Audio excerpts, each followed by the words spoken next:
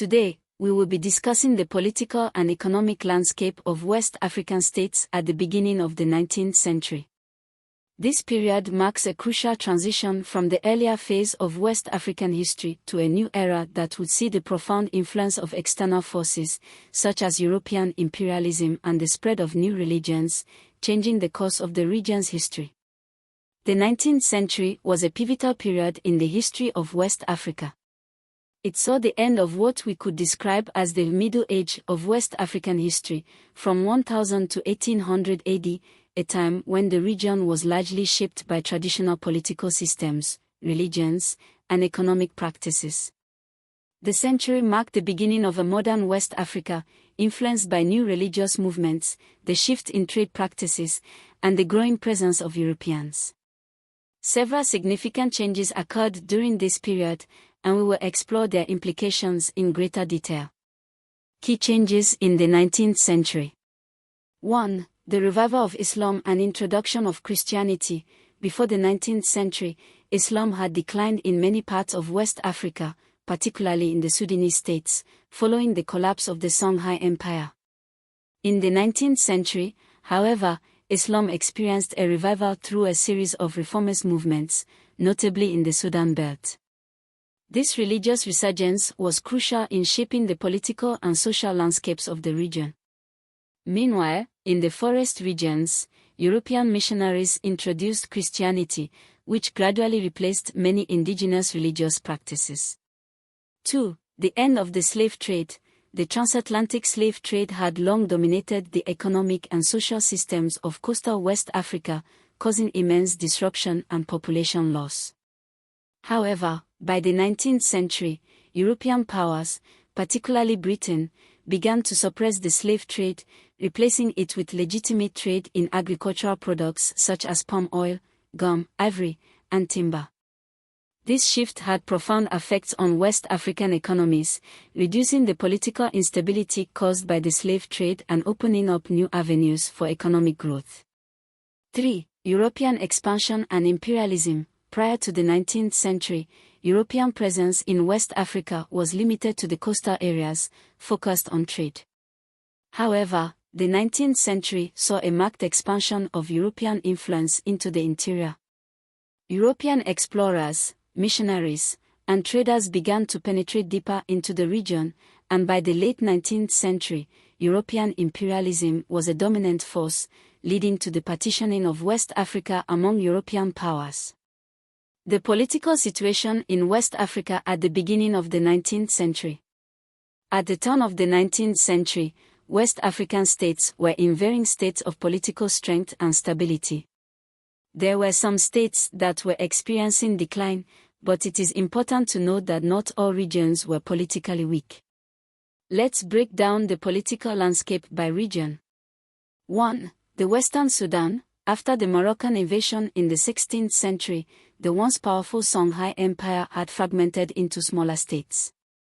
By the early 19th century, states like Ségou and Kata in the Middle Niger region were still relatively strong, despite internal conflicts and external pressures.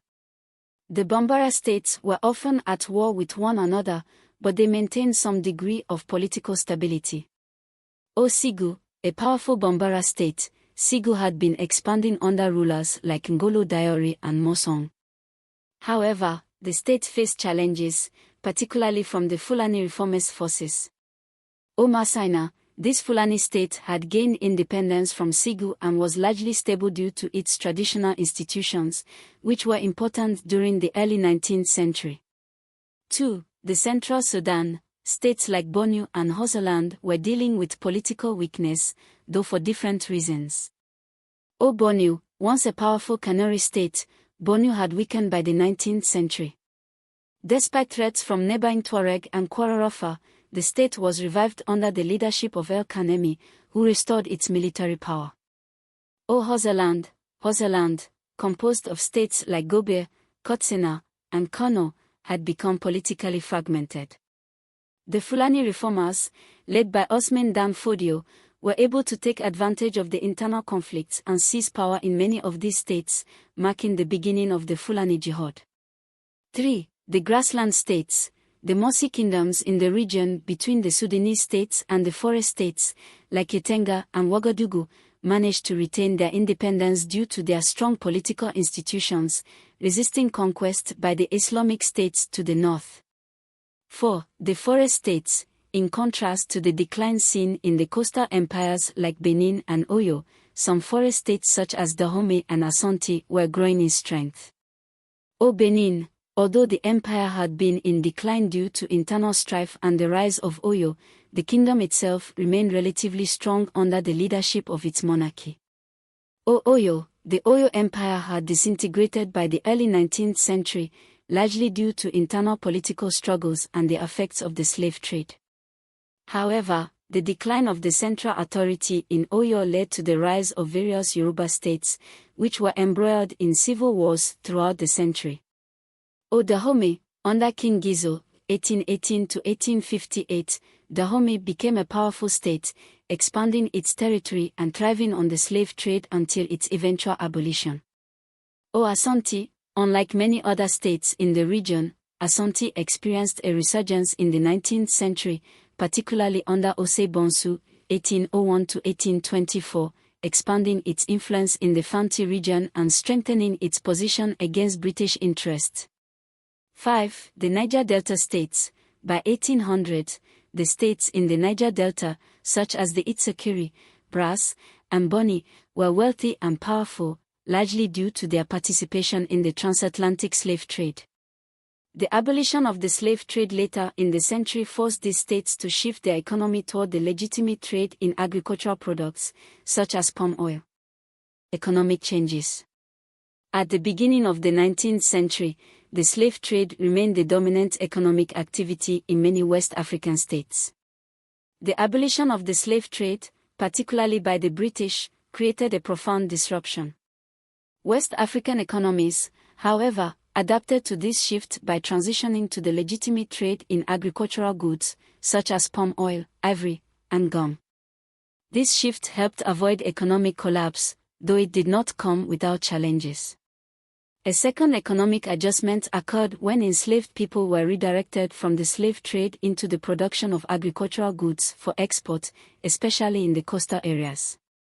The decline of the trans-Saharan trade also led to a shift in commerce towards the coast, further integrating West African economies with European markets. Conclusion. The early 19th century in West Africa was marked by both decline and growth, political fragmentation and consolidation, as well as the disruption and transformation of the economy. States experienced varying levels of strength and decline, influenced by internal conflicts, external pressures, and the rise of new economic practices. The end of the slave trade, the rise of European imperialism, and the spread of new religious ideas set the stage for a dramatically different West Africa by the end of the century.